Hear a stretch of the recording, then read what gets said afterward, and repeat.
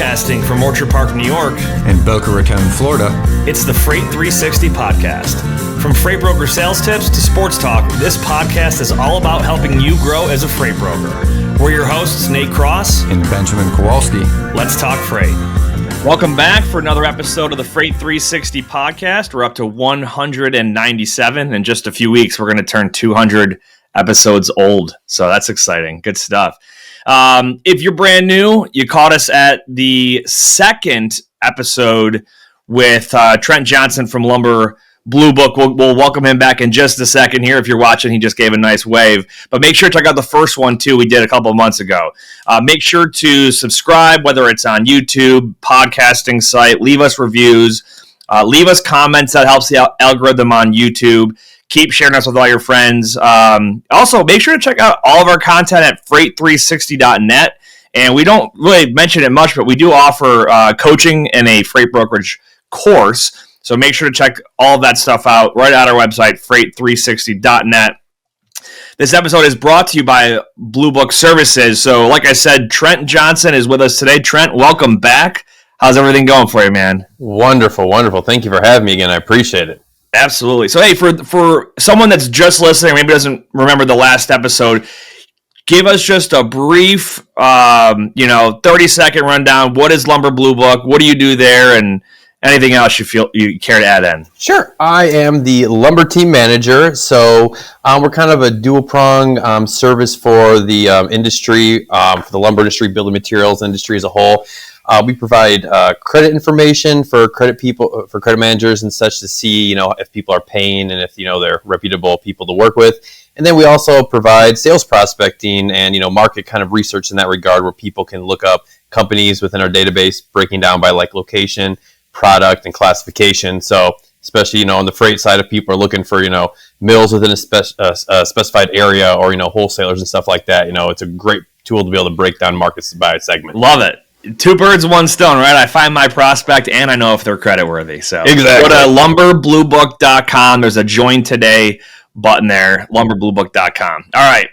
And lastly, don't forget, anybody out there, there is an ongoing survey link in the show notes. You can win one of 3 drawings of $1,000 for just taking a totally anonymous survey about what it's like being a freight broker. What's going good? What are your struggles? All that good stuff. So check out the link in the show notes for that. Ben, how are you today? I'm doing very well. A little warm down here, but other than that, no complaints. Hey, it's officially summertime, so we're recording on Wednesday, June 21st. This will drop on Friday, but it's officially summer, and it's 80 degrees here in Buffalo, so no complaints for me on the weather side. Sports. Trent, what do you got on golf for sports? We're talking about it off air. Yeah. I don't really have much to talk about today. Yeah, so I was just, I've been talking with my dad about this recently because he's a big golf guy, so we've been talking about the whole PGA Live thing and some of the new developments. The newest one that we were speaking of was Tom Watson's open letter he released. I think it was maybe 2 days ago or so, kind of lambasting the whole deal and whatnot. And it was kind of interesting just to see someone kind of finally like speak out against it because it seems like everyone's been kind of rah-rahing it, which you expect because they don't really have a choice. Right. You can't really talk negatively against your employer. That's not the best idea at this point. So he had the power and ability to kind of, I think, say what a lot of people probably said in the background to him and kind of, disseminate that to everyone. And I mean, he basically... Was it addressed right to the organization? Yeah, well, I mean, it was just more of an open letter, but it was speaking to specifics of what they were doing to, like Jay, I forgot, I always butcher his last name, Monahan, or however you say it, the head of the PGA, and it really, I mean, it hit on all the head things, the new partnership, whether, the 9/11 aspect that, how they'd kind of use that as a thing where they'd push back against Liv to begin with, and now they're kind of like, oh yeah, that doesn't matter anymore. So he was like, it still does matter. So, I mean, it was kind of interesting to see him really like get into the weeds about everything, and I mean, he didn't hold back. So it'll be interesting to see what the response is, if there is a response. I feel like whenever there's an open letter from anybody like that, the good thing is someone starts the conversation that nobody else has started yet. So there's that. I heard there were some governmental agencies, regulators looking into whether or not they'll approve it as well.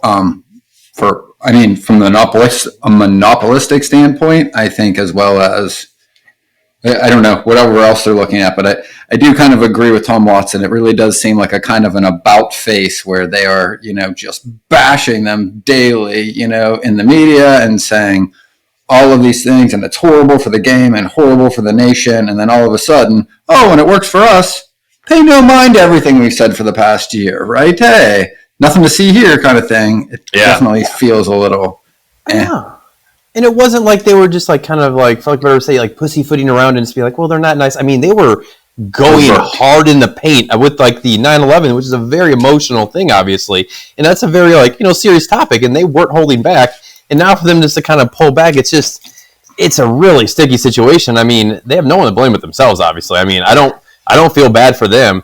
This sounds weird to say, but I do honestly feel bad for like the Rorys and the Tigers, who I don't feel bad because I know they're not going to be. It's not like they're going to be at a soup kitchen in line anytime soon, But to be fair, they lost out on a lot of money because they stood by what they said was their principles, only to have the people who were whose back they had were like, we don't really actually have your back now anymore. It doesn't sit well in that regard. I mean, I do feel bad for them because, I mean, things could have been a lot different for them, long term and short term if they would have just gone with everyone else.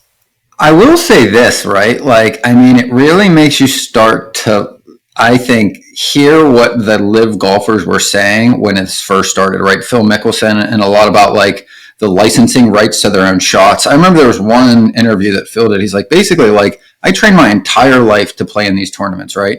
Let's say I hole a shot out to win the Masters, right? Whatever, in like the 18th or 19th hole on Sunday. He's like, I don't own the rights to my own work product. The PGA is the only person that is compensated for the video of me hitting a golf ball to win the tournament that took my entire life to prepare for and work for, and I don't earn any revenue from the image of literally my work product. Yeah. And there were some like really, and it's like, the PGA is absolutely kind of, I think, heavy-handed and was monopolistic and didn't have to, so they didn't. And then when they were forced to, like most businesses, they might do some things that maybe they didn't agree to because it makes sense financially. But it certainly makes them appear like they are some pretty large hypocrites in a lot of different categories. Oh, for sure. I can see exactly what you're talking about. I could see them owning I could see the context of them being able to have the right to use that, but they should get something from it, to your point. Like, Phil should, you have to have something. I mean, come on. Yeah. It's like when jerseys are sold, somebody gets some money from that. Like a LeBron jersey sold, it's not like, only the Lakers are getting money. He's getting some revenue from that.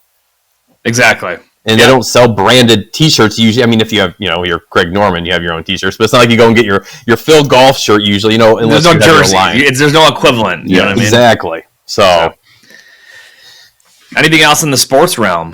Well, the one other thing I had was just I briefly mentioned this, the Wyndham Clark little fiasco that's going on with the did his ball move, not move thingy, which I thought was kind of funny because I didn't catch that. Was that in the Open this past weekend? Yeah, so there was this thing, I think it might have been on Saturday, if I remember correctly, when it supposedly happened. And I don't know if you remember the rule back in the day where if you were a person that was watching on TV, if there was a foul that you saw, you could call in and they would look into it, and they could take action for that. They kind of nixed that a while ago.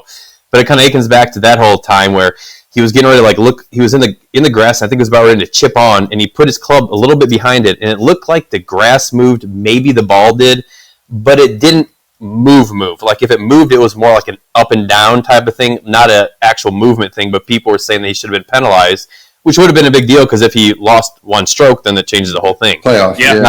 Yeah. He only won by a stroke, so that would have definitely been a big deal. Now, with that being said, I'm one who maybe people don't agree, and that's very fine. Like, it didn't change anything in my opinion. He didn't do anything. He didn't better his lie, so whatever. But to be fair, I mean, I can see that is the rule.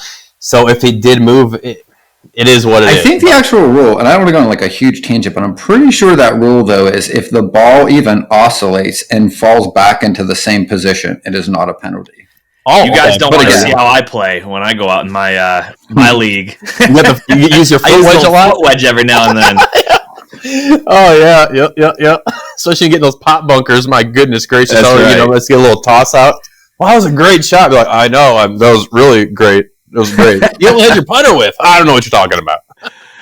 All right, so shifting news, transportation related here. The FMCSA, I think it was late last year, gave their initial guidance on these dispatching services that have become very prevalent. And last Friday, the 16th of June, they gave their official final guidance. And I took the article, and thanks to ChatGPT, I was able to summarize it so we don't read on and on for too long here. But I'll read this off, okay, and then we'll talk about it. So it says, this is the final guidance from the FMCSA. Long story short, a lot of these folks will need to go out and get a brokerage license if they want to continue to do business as they are. But here's what it says. A bona fide agent, as defined by the FMCSA, is an entity that either works as an employee or contractor for a motor carrier, with duties defined by an existing agreement. This agent may not practice, quote, allocating traffic, which is the exercise of discretion in assigning a load to a carrier.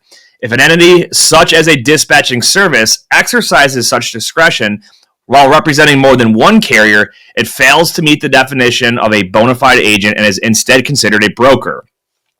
A bona fide agent who represents just one carrier will assign all source loads to that one carrier, thereby avoiding any disputes about their role. However, agents working with multiple carriers should structure their agreements to prevent traffic allocation. The FMCSA provides two instances where a bona fide agent can work with multiple carriers without allocating traffic. One is when each carrier requires loads from a specific geographic location, or when a carrier requires different types of loads. For example, one only handles hazmat and the other one excludes hazmat. So in those two cases, the agent would not need to exercise discretion in load assignment, adhering to the definition of a bona fide agent. So what does that all mean? Basically, if you're a dispatching service and you've got 10 carriers and you get a load from a broker, you're not allowed to say, ooh, well, I'm going to give it to this one because he's going to pay me better, or I'm going to give it to this one because he's my buddy, right?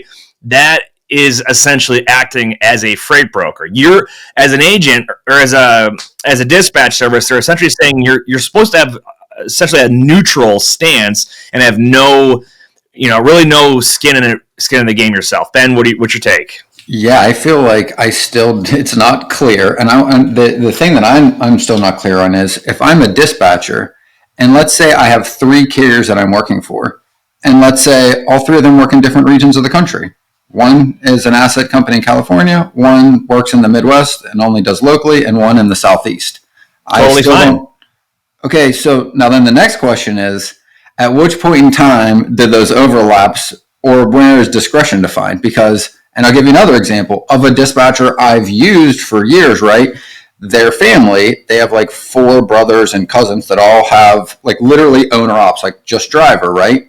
Now, each of them has a preference of loads, and I basically make that determination to which one is going to get it.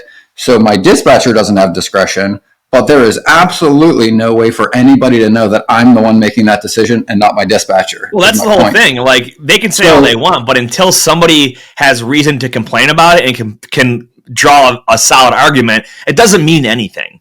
But It does draw a line in the sand. So, what we saw the last few years with demand being so high, and we'll hit on demand specifically with lumber in this episode. When demand got high, it was easy for everyone to hop in and play some kind of role in this industry. Whether you're a shipper who is killing it and you got to hire a bunch of people and you got more traffic managers, it could be a broker who is just trying to help find capacity. It could be a dispatcher trying to help find loads for carriers, or people start trucking companies and actually want to run trucks. I mean, there was so much opportunity, and now that things have settled back down, the tide's gone out, and now we kind of have that aftermath, and that's when you get this ruling of, okay, there's really, you got to think about it too. Carriers complain about not making money.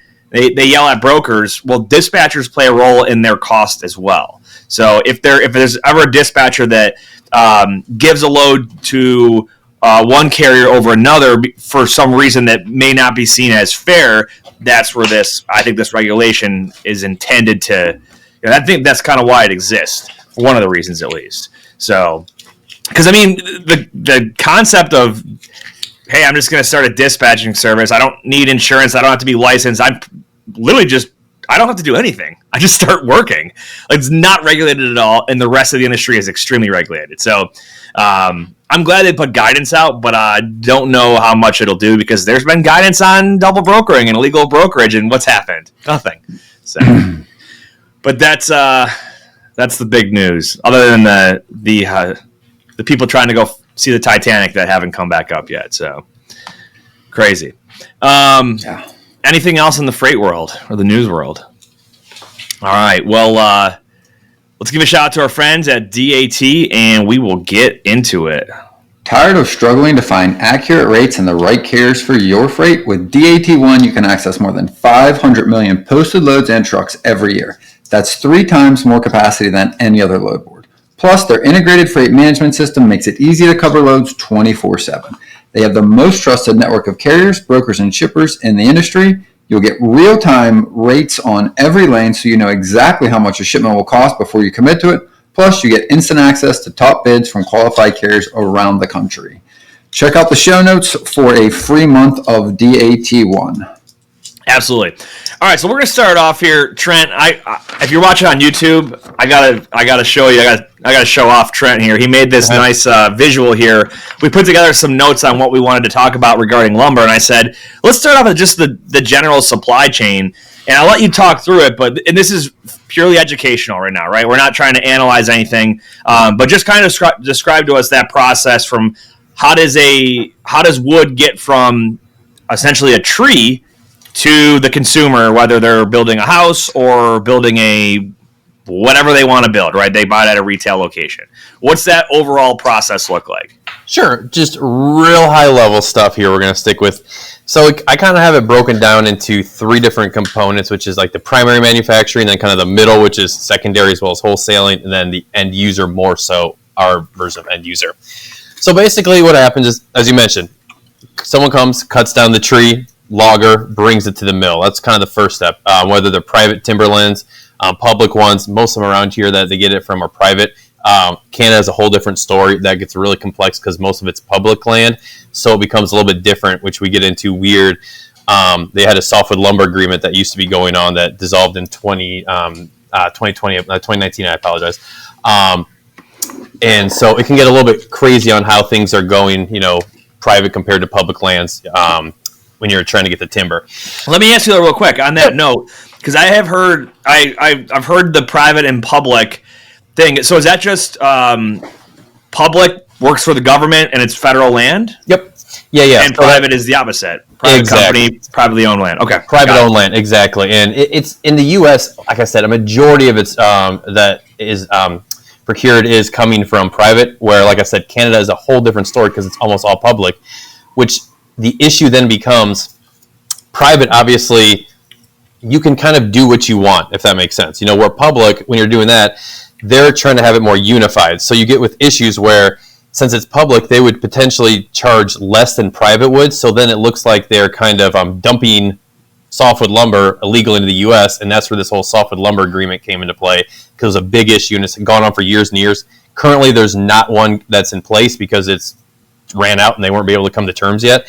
But there has been one which kind of kept things on par, but now they just, charge them duties or tariffs or whatever, comes across. So it gets a little bit messy with that. But beyond that, with the supply chain aspect, the basic starting point for manufacturing is going to be the primary manufacturer, which is a mill, whether it be a pure sawmill, like a plywood mill, which can use residues to be able to make plywood. And then they also have pulp mills and things of that nature. But for our intents and purposes, we'll stick with the sawmill, which is taking the log and bringing it down to a more smaller refined product, whether it be boards, timbers, studs, industrial products, which would be used to make crates and boxes, kind of like lower grade stuff. And basically it's just figured out they use scanning equipment to see what they can get the best cut from it, looking at the logs. It's a really cool system they have. If you ever have time to look at the videos, it's amazing how they can optimize, to a T how they do that. So once they get the best cuts and everything, they got everything cut from the log, then they're either going to ship it to either a wholesaler of some sort or a remanufacturer, which is going to be remanufacturing said wood into another more refined product. Those can be more appearance grade type stuff like moldings, millwork, or even a little farther under the line like cabinets, furniture, and things of that nature. or be remanufactured into more basic things like I alluded to before, crates, boxes, industrial stuff like that, concrete forms, which is the more industrial grade, or trusses and things of that nature. Wholesalers can either be wholesaling those refined products or wholesaling the raw product to a remanufacturer or straight to a lumber yard to be able to be used by like an end user. So we're kind of looking at mill, going down to either a remanufacturer or wholesaler. Within the wholesale thing, there's stocking, then there's office, which don't ever take control, but we won't get that nitty gritty.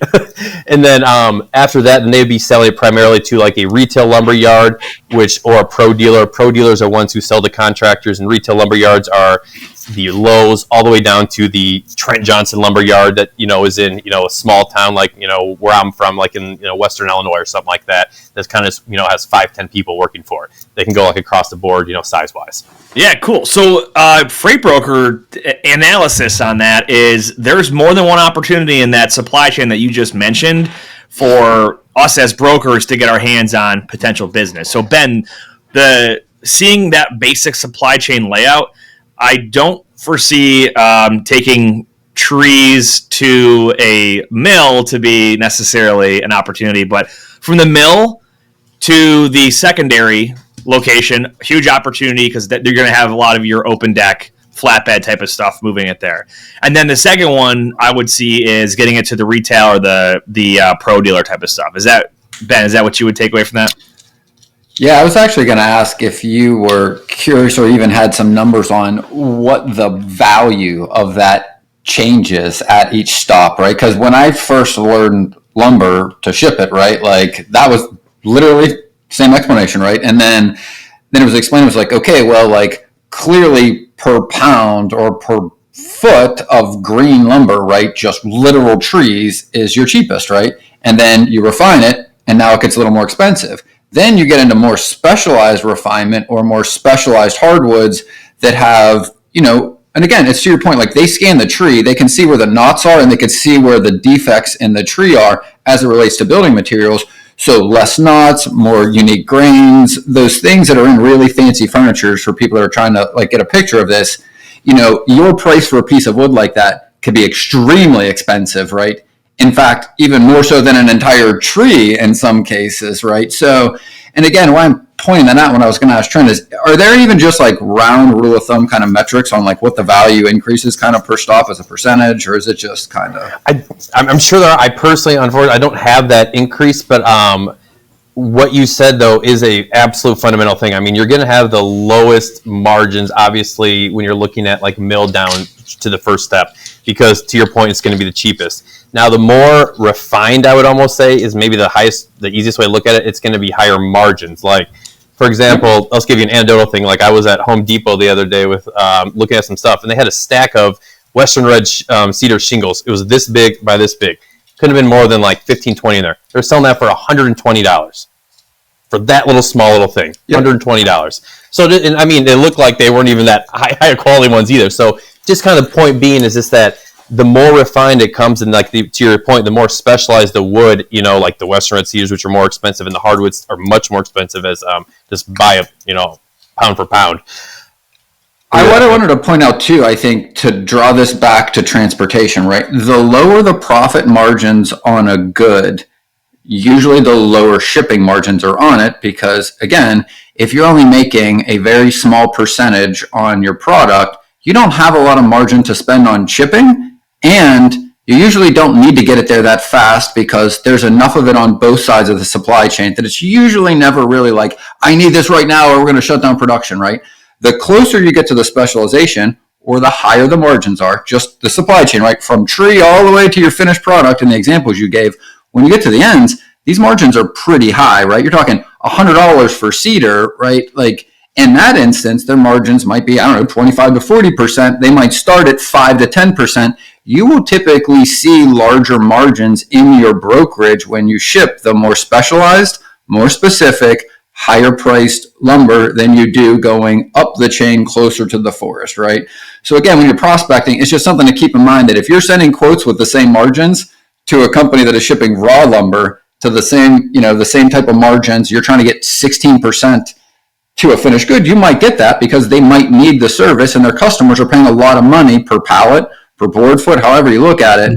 The further you go back up towards the tree, the less likely they're going to pay you more than 7 or 8% margin to ship it, because they'll let it sit until the cheapest truck comes along that can pick it up and make it to where they're going to go, right? Yeah, I was going to add in there too. So clearly, lumber, and why a lot of people start out by prospecting lumber as a freight broker, and what we're talking about is specifically that mill to the second stop is typically where it begins. Like you're just very plain, boring looking wood. Is been exactly what you just said, right? There's not a lot of value in it. They're not going to make a lot of margin selling that wood, which then drives the point home that we need to have cheap transportation, or as cheap as possible. And so you're going to be bidding. That's why you can get on a lot of these load lists as a broker. They'll say, yeah, we'll toss you on our email list every day, and you're competing against 180 other brokers and just, praying that you might make $50 off of one. But on the other end of it, right, think about it this way. A lot of towns, like my town and all the neighboring towns, there's some sort of like specialty shop that sells either cabinets, or they do custom built tables or whatever. Like I had doors installed in my office here because there was no doors originally, and I had to go to a specialized place that built 8-foot French doors that were 4 feet wide because it's a unique shape opening. So I had to go there. It took 4 months to get it totally built, and it was expensive. But if I had gone, if I wanted to, I could ask them like, hey, where do you guys get all your stuff shipped in from, right? That's an example of a more niche or specific lumber shipper that's going to likely give you higher margins, right? They're not going to have as much frequency to that specific location, but they're probably supplying to a lot of different places, not just the one in my town. But you could see as the wood goes through the supply chain, there's more. They incur more costs from labor and from material and everything, right? That eventually, when it gets to that final point, it's gonna cost a lot more. Which brings up another point. If you're shipping something extremely specialized in a large volume, you may have insured values that are higher than a carrier's standard $100,000 cargo policy. Like Trent, you mentioned those shingles. I'm sure there's other kinds of shingles and special things like that cost much higher than that. And imagine a full truckload worth, you're going to have a big price tag on that. So, and that also is going to tie into the cost of just lumber in general. And if you don't mind, I kind of wanted to shift to that. You got some cool graphs here. So just think about your basic lumber in general. And I'm looking at it, and we can kind of talk through it, but it looks like right now, lumber's like a quarter of what it was at the peak of COVID. Or I should say at the peak of COVID, it was 4 times what it is now, right? And that alone is going to impact your just like your mill level lumber. So let's talk through, I'm going to give you my analysis and then fill in the blanks and tell me what I missed. But it looks like we're around where it was pre-pandemic. It peaked, it started to tick up in mid-2020, peaked mid-21, and started to decline about a year ago in 22, back to now where we are now. So we saw almost a 2-year just super cycle, unprecedented like surge there. Yep. So I guess, I'm looking at a graph that shows 5 years compacted onto one small image. What did that look like so take me through like the last 5 years in your experience. What kind of things did you see? I know obviously your role specifically at Bluebook is not, you're not at the mills and you're not buying and selling lumber, but what have you heard from customers? What was the experience like to see that rise up and now it come back down? Any takeaways or anything that sticks out? It was the highest of highs and to the lowest of lows. As they say, what was it? The Dickens book, it was the best of times, it was the worst of times. I mean, that's literally what it was. I mean, when you start off in 2020, when everything started going crazy, I mean, you can see at first, if you look at the charts like around there, right in March and in April, there was big dips on the prices and things overall relative to what it was at the time because people started to get real scared. Like you start seeing some curtailments, which luckily they didn't really get a chance to take all the way off. It just dipped down a little bit, which at that time was pretty extreme if you look historically, because I mean, it got down to right around 300, which is really low. But then it just went bonkers because everyone wanted to remodel and do things like that. And I mean, one thing of note is just that as like basic lumber prices went up, going back to what we're speaking about like remanufactured stuff, that stuff went up just as much as well. So I mean, you're looking at these prices here and you're almost at $1,600 for just pure green lumber. just think about what the shingles were like we were speaking of then. I mean, they weren't staying the same price, to say the least. So, with all that being said, though, I mean, you started seeing some knee-jerk reactions initially, pullbacks, curtailments and stuff because people were scared. And then all of a sudden people are like, wait, we need to kick this into high gear. And then all of a sudden that initial curtailment and scarcity helped to drive up prices. And then things just went bonkers for that whole first year because it was one of the few products outside of like food and things like that people were consuming. So it was kind of, this isn't necessarily the word I'm looking, but it's almost, for lack of a better way to say, like exploitive in the context that it was one of the few things that could justify an increase, of costs when people weren't doing anything else, basically. Yeah.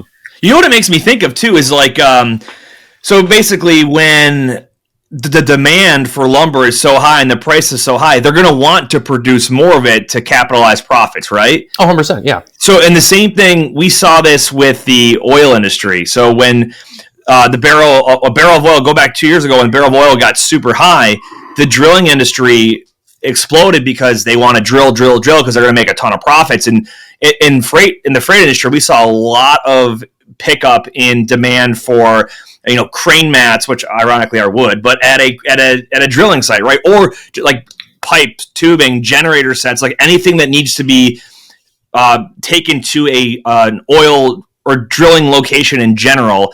Those all came in high demand because the profits that were involved in the drilling of oil. So, and the same thing obviously happens with lumber at that point. So, I think if you're a smart business person, if your product's selling for 4 times the normal cost, you're going to want to be able to have as much supply of it as possible. Well, exactly. And you got to take advantage. I mean, when the prices are up, that when they're calling for that, I mean, it's the supply and demand. I mean, yeah, it's just something that it's just how it works. It's capitalism. It's the market. There's nothing wrong with it, so to speak, But the one issue you see is when you start looking at these is inherently what comes up must come down. And so then all of a sudden you have the game if you're like, all right, I have all this, especially when you're downstream, when you're a wholesaler, a remanufacturer, a retailer, you're like, all right, I don't want to get stuck with this $1,600 priced wood and all of a sudden have the price come out and it's $1,200. I mean, then you're looking at a real bad situation. So it gets a little dicey because you're kind of playing chicken at some point in time. And as you can see, I mean, you go from, well, not everyone can see, but it was around 1,600 in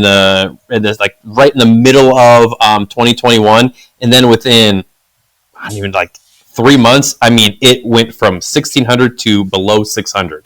I mean, that is an insane drop. So, I mean, in 3 months, it looks like, from week 20 something to week 30 something. Yeah. Just tanked.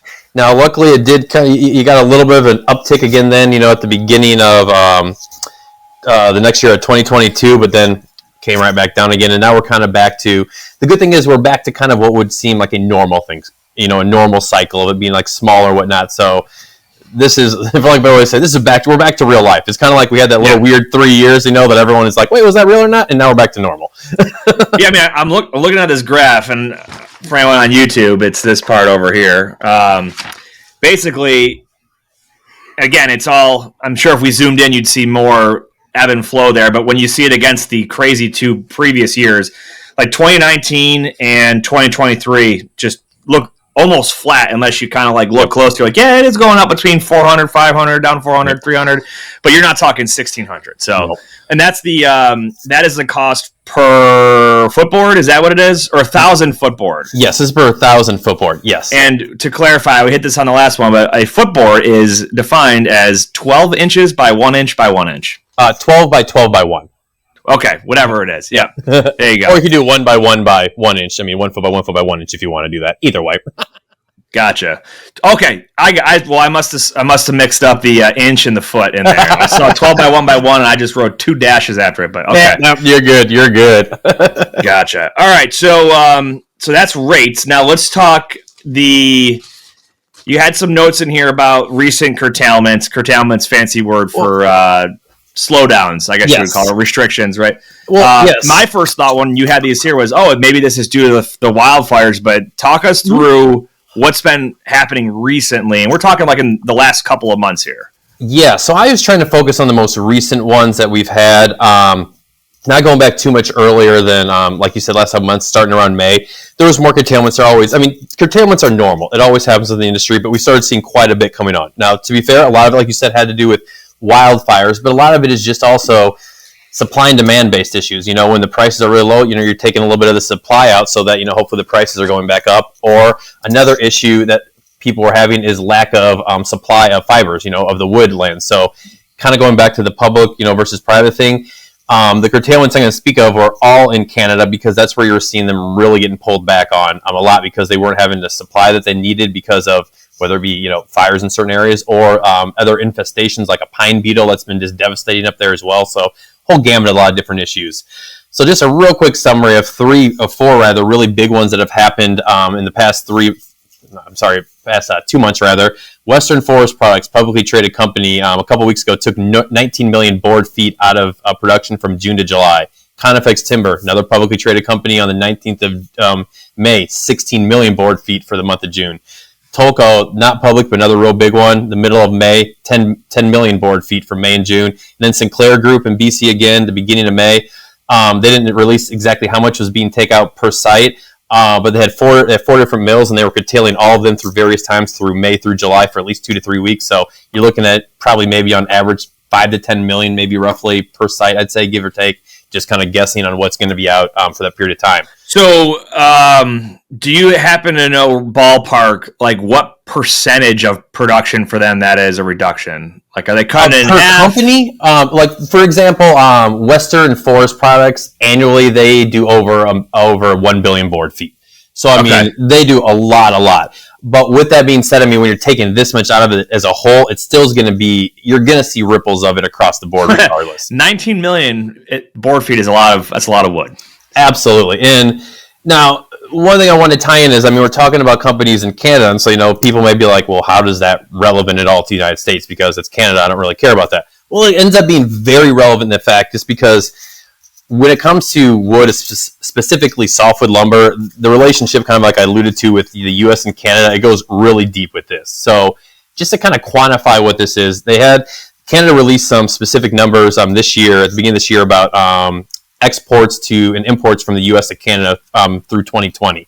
So just some high-level stuff and some kind of just notes. To start with, Canada is the second largest producer of softwood globally. So, I mean, that's just to kind of quantify where we're starting at to begin with. In 2020, 67% of their production was exported, just across the board.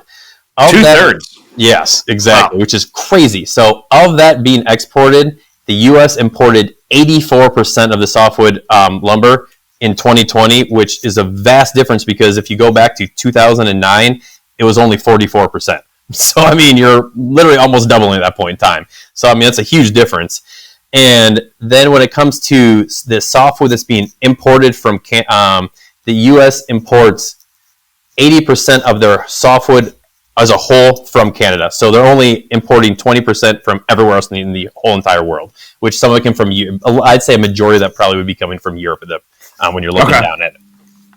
And maybe a little bit from like South America. Well, so I mean, what does that matter to a freight broker, right? If you work in the lumber industry, let's say you're a brand new broker, you've been in it 3-4 months, and you've been told, hey, you go after lumber, it's easy, it's low risk, and you're wondering why has it been more competitive? Why have rates gone down? Why have shipping volumes gone down? There's an extremely relevant reason or statistic for you right there, or list of statistics. So, Ben, I'm willing to bet. I mean, it's not just lumber that this happens with, right? I mean, as the demand for any product goes down, right, as we've seen the last 12 months, the supply demand shifts. You have more capacity available. It's going to drive shipping rates down, and that's why you see a lot of brokerages that go out of business because they relied on just extreme demand during the good times, and then when it softens up, if they're not really, really dialed in, they're going to get beat up and they're going to get hurt on their margins. So. Oh, absolutely. And I mean, and then to your point, I mean, there's also products and taste shift all the time. You know what I mean? Like, what's the hot product and what's the hot thing now will always shift. I mean, like, there's a big push to try to make hardwood sexy again, with the industry, and really have people going back to that. And even, pushing hardwood and softwoods for deckings because there's new products that are composite products, like coming out and try to, fight against that kind of stuff as well. And then you even see brand new products coming out. Like we have this thing that just has been developed recently in the past handful of years called CLT, which some of your listeners may have heard about. It's called cross-laminated timbers, which is just a whole game changer when it comes to wood and building and high rises, because basically, let me first just back up and kind of just explain what cross-laminated timbers are at this point in time, just to kind of give a high level of it. I'll give you a quick definition of it because it kind of will help explain it. This is the easier version, not the super complex, wordy version. So CLT is an engineered product consisting of layers of kiln-dried dimensional lumber, usually 3, 5, 7, or 9 layers, like an odd numbers, oriented at right angles to one another, then glued to form structural panels. So the whole concept is that by gluing the layers of wood at right angles, the panel delivers excellent structural rigidity in both directions, and in special cases, double outer laminations may be parallel and not alternating crosswise. So the concept is it's crossing over, so it's giving it extra stability there.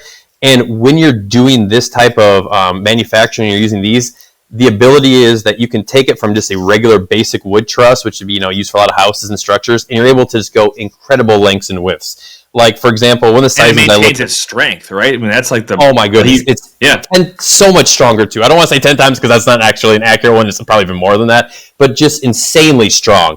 So, I mean, you're looking at panels that can be anywhere from 2 to 10 feet wide and with lengths up to 60 feet and thicknesses up to 20 inches. It can even go bigger. So, like, it was reported where I was reading by the APA, which is the one that kind of like gives a lot of the guidance for these types of things. Random side, the APA stands for, it used to be called the American Plywood Association, and now APA actually is called the Engineered Wood Association, but they kept the old acronym, which is super confusing, but nonetheless. But so they kind of give guidance on this stuff. And they were saying that you can even have widths up to 18 feet and lengths up to 98 are possible, but it's not common. But you could see things like that changing more because you're starting to see more and more buildings that are being built with this. Because before it was more like test subjects and kind of like cool little things, but now there's been buildings, especially in the Pacific Northwest, that are being built that are like high rises out of CLT. There's a lot in a lot relative to what there was in like Ontario and even Vancouver. And now there's I just read an article today that there's a company that does like prefab buildings that they're building their own CLT site out of CLT. So they're building a whole warehouse to build it out of CLT, and they're going to start manufacturing CLT. Yeah, so for anyone who doesn't know what this is or hasn't heard of it, just Google it. Look up CLT wood and look at some of the pictures. I mean, they're building houses, commercial buildings, residential buildings. I mean, so what does that mean for a broker, right? Well, think about where the demand's going to shift to, or at least where demand will increase over time if this kind of lumber, or this kind of wood is a preferred method for whatever reason, whether it's strength or just the size of it or the cost. I don't know. I don't know what it costs, but there's going to be more demand for that. So if you're going to try to prospect where things are new, look for some of these CLT. I don't know if you call them manufacturers or wholesale, whatever the fact might be, but it's wild. One thing I should note is I was also just reading a report out of West Virginia where they're starting to. This is currently basically all manufactured out of basically like softwoods, but they're able to use now poplar.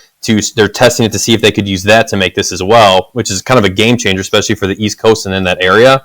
And one thing they explicitly mentioned in there that we really applicable to freight is that when it comes to CLT, you can't ship them super duper far because it's kind of cost prohibitive. So it's going to be very important for people to be able to manufacture, then ship within a very close proximity. So that's going to be kind of a little bit of a wrench in the whole system that people are going to have to be able to work around, and it might open up a lot of new doors for, Is it? And I'm looking at some of these pictures. Are they using these to replace like I-beams in certain applications? Absolutely. 100%. And are you looking this up at all? It's pretty crazy. Yeah, it's there. I mean, it looks like when you see a skyscraper go up and you just see all the iron beams that go up. I'm looking at pictures and it's wood. Yep. And what's funny is like people, like houses are built in the Northeast different than they are down south. So, like for example, when I visit my family in Florida, like when I'm visiting Ben down there, I was talking to somebody a couple months ago and I was explaining how we build. We call them stick houses, right? They're made out of wood, but it would never handle a hurricane. You know what I mean? So I talk about that concept, and they're like, "Really? Like you guys build your houses out of just wood?" It's like, yeah, we don't have like stuff isn't built out of. I guess what is it? Just all concrete, or I don't know. How do they build them in Florida, Ben? You're muted, I think.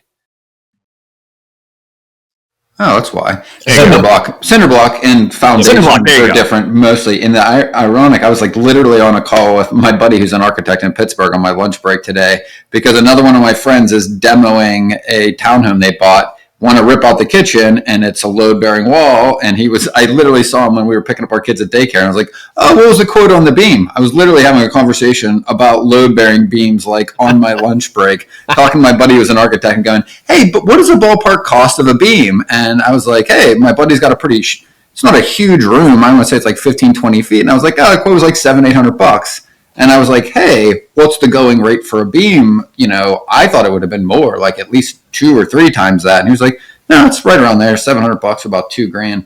But yeah, I did not know that they use this for structural. I mean, again, long time ago, 20 years ago, when I was in commercial real estate, it's all steel, right? All steel beams, to your point. So the fact that they now have a product strong enough, and it's got to be lighter, which means it's easier to ship, which means you need less of a crane on site to put it in place as well, less labor, less all around work to just get them in place. Like, it is absolutely a game changer.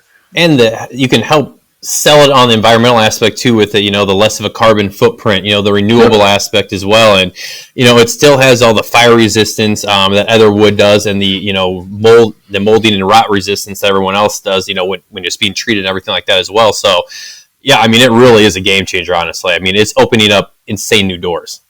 I wanted to pause, too, for a minute. And I was trying to interject before, and I guess I was muted because I had a little bit of a cold, and I didn't want you guys to hear me blowing my nose. But when we were talking about some of the statistics to the industry, too, and we're going through this, and we're talking about CLT, right? We get this question a lot on our YouTube channel and just from people saying, like, we reference, like, you should do research on your niche before you start to prospect it, right? But the questions that keep coming back is like, but like, what does that mean? Like, what is research, right? Like, is it where the company's located? Is it like what's there in the news? These are the thing, and again, this is just my personal preference. Not everybody does these things. These are the things I use in my phone calls. Like, I look for commodity trends because the company you're prospecting, they're in that business. They're not in the shipping business. So they are always looking at the things that we are talking about. You call a lumber shipper, they are looking at curtailments. They're looking at their competitors' curtailments. They're in the market. They're looking at their products in relation to other products in the market and where they're selling, right? All of the commodities from the shipper's point of view, these are the things that they're talking about in their company. These are the things that determine how many orders will go out next week, next month, next quarter, and the rest of the year. So these are very closely watched topics, and we'll call them like research topics, I guess, that if you spent the time to even get a high level understanding of how some of the things that, Trent really just went into detail to kind of explain, these are the things that you can use in your prospecting calls to actually have better conversations, build better rapport with your prospects to actually turn more of them into customers. If you spend 15 to 20 minutes learning about this a few times a week, over the next few weeks, you should be pretty well versed in at least kind of what's going on in the market. When you can talk to even a shipping clerk about the relation of the price of their product in the market, that resonates with them. Because that is what's determining how many truckloads per day they're shipping, and all the questions that you're asking about anyway, this is that like missing piece of information. So these are all great things and can be applied to other industries, right? Like we're talking about lumber, but you absolutely could do this for steel. You absolutely could do this for honestly any commodity that has a market that it ships through, right? And a quick search into Google to just see, anytime I ship anything, that's one of the first things I look at is like, hey, is there an open market for this? Are there futures traded on this? To just see if they are traded, because then real quickly you can just get a base idea of, are people buying more of it than they have, or are people buying less than they have? If they're buying less than they have, then shipping's not going to be super important. You're not going to see large margins. On the other side, they'll pay fat margins to get it there because the customer needs it and wants it, and everybody wants to get a piece of it. Absolutely. Exactly. And one note I would just say real quick to keep track of that, and this will give me somewhat of a shameless plug, is like on the lumber building material side, we have a newsletter that's free. It's called the Lumber Newswire. So if you go to lumberbluebook.com, you can sign up. And the good thing is, to your point, we on every Friday we have a lumber pricing thing that tells exactly what we spoke about. It tells what the prices have been in the past week. And the newsletter also goes over curtailments and kind of topics we spoke about today. So, I mean, for that one, ours is great. In that same vein, any other industry you're looking in, newsletters that kind of are all-encompassing would be a great thing just to be able to kind of go through. So at least maybe to your point, if you're speaking of someone, you can kind of speak intelligently, and then it can make you stand out from somebody else. Yes. So they'll be like, hey, this person knows what they're talking about. And I want to add something to this, right? Like, I get that newsletter, and I also get, obviously the produce newsletter, right? And the thing is, like, these are not time-consuming things. Like, we're not suggesting you spend half your day or hours at any given time going through this weekend and wake out.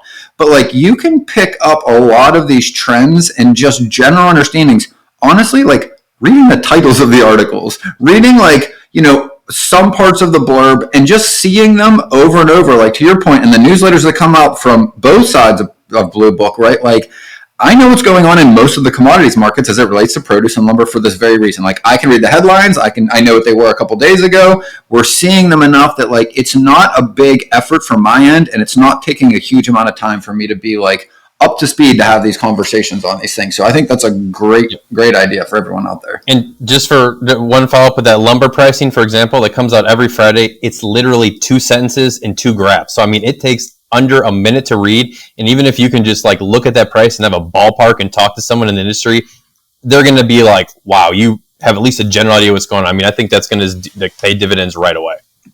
I am, as we speak, putting my information in for the Lumber Bluebook newsletter, because I only had the produce one coming. So what I have been doing, though, we send out a newsletter to our listeners every Tuesday, and I started adding some news in there, and I've been pulling some stuff from produce, and I threw one in from lumber this week. So I'm going to... Awesome. Because I don't think I even realized until this week that you guys had the newsletter. So I'm a faithful subscriber now, officially myself, and all of the listeners should do the same. So like I said, it's free. Free's great, right?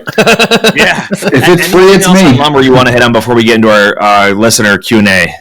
Not much. I mean, there's been a lot of mergers and acquisitions, so just I don't go deep into that by any means. Just to keep aware, just stay aware that it's still a big thing in the industry. You're seeing consolidation, and or the good thing is that some of the acquisitions were based off of companies that may have had issues, like this company Structure Lamb. They're like a prefab thing and they'd filed for bankruptcy, but luckily their assets were bought. So anytime you see stuff like that, it's nice just because jobs are being saved, and that's the supply is not going to be diminished from the industry. So even though it's consolidation, by and large, those operations are still ongoing. So demand and supply are still kind of staying intact from that. You're not seeing closing just to kind of get away from get competition out of the way. Gotcha. Cool. All right. Well, a shout out to our friends over at Lean Solutions Group. Are you looking to take your freight brokerage or agency to the next level? Look no further than Lean Solutions Group. They are industry leaders in nearshore staffing for logistics companies with offices in South America, Mexico, and the Philippines. They offer a wide range of exciting positions, including freight broker back office operations, accounting, tech and web development, business development, marketing, customer service, and more. Don't miss out on the opportunity to work with the best in the business. Visit their website at leangroup.com to learn more. That's LEAN group.com. All right, our first question, these all came from Facebook this week. First one comes from a carrier, and she said, "What's up with the lack of loads on the load boards? I've got drivers sitting. Does anyone know what's really going on?" Well, the reason I wanted to include this question is it seems easy. But the reality is a lot of small trucking companies, if they're not dialed in with what's going on in the macro level economy, they don't understand why rates are half what they were 2 years ago. Right, Ben? Like, they just think, hey, I get $5 a mile, and now I'm getting $2.50. It's the broker's fault. It's real simple, right? Like, there are less goods moving in the economy when it costs more money for all those goods. As interest rates go up, not only do people buy less things, but also companies hold less inventory and less things get purchased by other companies. So if you look at the load to truck ratio, it's the thing I look at most when I'm like also running quotes. Like, they were like 10 or 12 to one truck, meaning like 10 or 12 loads were available in lots of markets for every truck during the peak of the market, right? Now you're seeing 1 or 2 loads for every truck. So it's not that there's a lot more carriers. It's not that brokers are doing anything different than they've done in the 40-some years since the industry has been deregulated. It's that there's just literally less goods moving through the United States economy. And when there's less goods, right, supply and demand, the supply has gone down, the demand on the carrier side is about the same, so the rates fall, right? Now, as we move through the economy and hopefully maybe one more uptick, I know the Fed released it in insurance or in interest rates this year, as soon as inflation comes in check and hopefully they can bring the interest rates down, these goods start to speed up. And most of the shippers, and again, I'm sure you're seeing this, like they're talking about when this is going to happen because they want to be ready for the demand and they're expecting it to increase, but there's just less freight moving in the country. And that is intentional. Yeah. So if you're a carrier and you want your rates to go up, there's only two answers. Either we've got to have less drivers available or we've got to have more demand to have freight shipped. So to answer the question, why is there a lack of loads on load boards? Because there's less loads than there was 12 months ago. Real quick, have you guys seen if this is close to a bottom yet, like in that regard? Or where do you see it? We talked with Dean Krogh, is one of the analysts for the freight and transportation market. He works at DAT, and he predicted earlier this year, he predicted that probably somewhere around Q3 this year is where we might see a soft bottom. But again, there's been 6 months of variables since he said that could change his prediction. But I have not seen. I think we're almost there, Ben, because remember we were looking at the spot versus contract rates. They're getting closer to where, because they're flipped right now, and they're starting to get closer to where they were. And once that crosses over, you're heading back up. You're heading back in the right direction. So, but yeah, it's been. I mean, we say it a lot in like the 40 years of the freight brokerage market. It's usually like every 18 to 24 months you see a market cycle, and the cycles have just been So, for example, the boom and the bust this round are just much longer and more defined because of a lot of external factors with the pandemic. So normally we would see, like I just said, 18 to 24 months, you'd see capacity tight, not as much, or there's less trucks available as freight to be moved, and then it kind of flips and it goes down, then it comes back up. But this has been like a much more dramatic version of that. Well, and there's also, again, a very just simple reason, right? When we were all stuck in our houses, right, we bought a lot more goods because you had more money. You weren't out spending money on services because they weren't open. So you didn't go to restaurants, you didn't go to concerts, you didn't spend money on anything but things you bought for in your home, which are all products and goods, which all go on trucks, which is why you had the largest amount of goods ever moving through the country during the pandemic when we were all locked in. And now we are transitioning out of that giant peak and this anomaly that happened when we all got locked into our houses for a year. Yeah, I mean, like people are spending money on like experiences like they did a lot before. Like if you look at, for example, like the airline data was like, I think a month ago I saw it.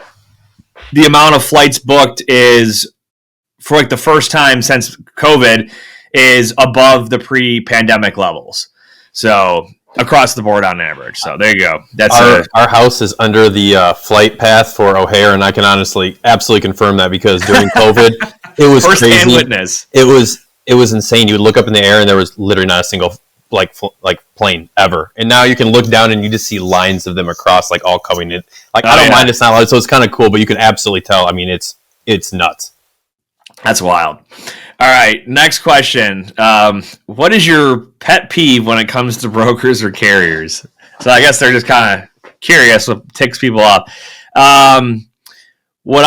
I'll answer, then Ben, you can go, and then Trent, if you have any input, feel free. But so when it comes to brokers and myself being in brokerage, specifically, this is the reason why is I don't like when you have bad actors or inexperienced brokers that taint the image of the good ones, right? So you have double brokers, fraudulent brokers. You have inexperienced brokers that hopped in and don't know what they're doing, and they give us a bad name.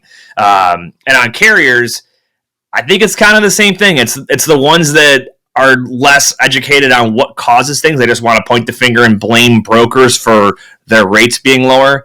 And then also on the flip side, the carriers that will fall off a load and make up some excuse that, truck broke down or whatever, when in reality they just found a better paying load and they just kind of said screw off. But Ben, what would you say? It's kind of the same thing. And it's just a pet peeve, I think, is like being a coach. It's just like a lack of responsibility for your situation and your ability to change it, whether you're a broker, a carrier, or a shipper, right? No matter where you are. And again, just as an example, right? Like no brokerage, so the largest in the country to the largest carrier to the largest shippers can move or change the market, even if they're unhappy with it. So spending any amount of effort whining and yelling and complaining is literally a waste of energy and time. And it also distracts you from what you could be doing to actually improve your situation. And again, on the carriers, it's, yeah, you can yell about brokers all day, but you also aren't required to use a broker. So pick up the phone and start calling shippers directly and try to get the same freight that the brokers are getting anyway. Nobody's preventing you. And if you're a broker and you're complaining that you're not able to get enough margins or whatever, then work to find a better niche, try to find more specific value adds for your customers, or look for another area of the market that you can provide value in a unique way that others aren't, right? And all of those solutions all just hinge on one thing. The buck kind of stops with you no matter where you are, whether you're a shipper, a broker, or a carrier. If you're blaming anyone else for the situation you're unhappy about, you aren't getting any closer to fixing it. Yeah. Trent, you got anything? I mean, honestly, I think this kind of goes across the board. What you're saying is this lack of communication and or when communicating, I'm one who still likes phones. I mean, I know there's definitely a place for email, but I hate it when someone is just only communicates via email and stuff like that. I feel like it's hard to establish relationships like that. I mean, you can do it, you can continue them, but I feel like you need to at least have a starting point, and it's digital is great and like things like that, but there's nothing that beats a phone call still, and I feel like it's being lost in these. You bring up a good point because, and I don't want to go way off topic, but we talk about different methods of communication when it comes to working with prospects, and you have a lot of brokers that they're inexperienced, they're afraid to pick up the phone. They're like, I'm just going to email 1,000 people today and see if someone responds, and it's like you're just sending out spam. That's all you're doing, right? There is, Trent, I'm with you, man. I've always said it. There is something about being on the phone. I mean, being in person primarily, if you can, but it's not realistic when we all work on different parts of the country. But being on the phone, you can accomplish way more and have a way more impactful, meaningful conversation than you do just via email. So, and it's just crazy that can make you stick out like so much more these days. Because I mean, I can't tell you how many times I talk on the phone compared to get emails from people. Because the disparity these days compared to 5-10 years ago is insane. Like it just doesn't happen. It seems like. So I mean, I think that it really. It's kind of like if you get an actual letter in the mail to you, you're like, what is this supposed to be? I didn't know people still send these things, you know? Yeah. You get a phone call, you're like, wait, this isn't spam? Oh, okay. Wow, this is weird. Yep, exactly. All right, last question. Let's see. This is from a carrier again. A broker cut my rate because I showed up with a box truck instead of a 53-foot van. Why does it matter if the freight fits? So, I mean, there's actually there's two sides to this. It's a logical question. What? It's a logical question. It is a logical question. Right. Like, hey, I'm going to move it. It needs taken from point A to point B. Why do you care what kind of truck I put it in?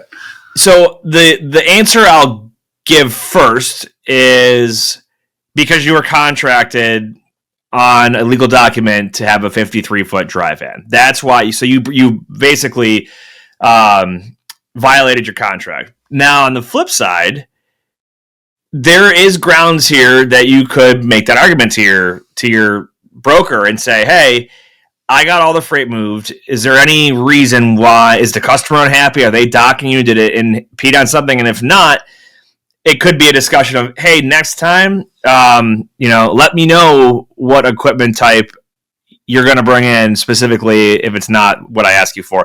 Because a box truck is cheaper to operate. It hauls or it burns less fuel and all that than a 53-foot Class 8 truck dry van, right? So for that reason, they could find that solution to be a cost saver for the broker's customer and for the broker overall. So you might come in with a cheaper rate as a carrier because of that reason.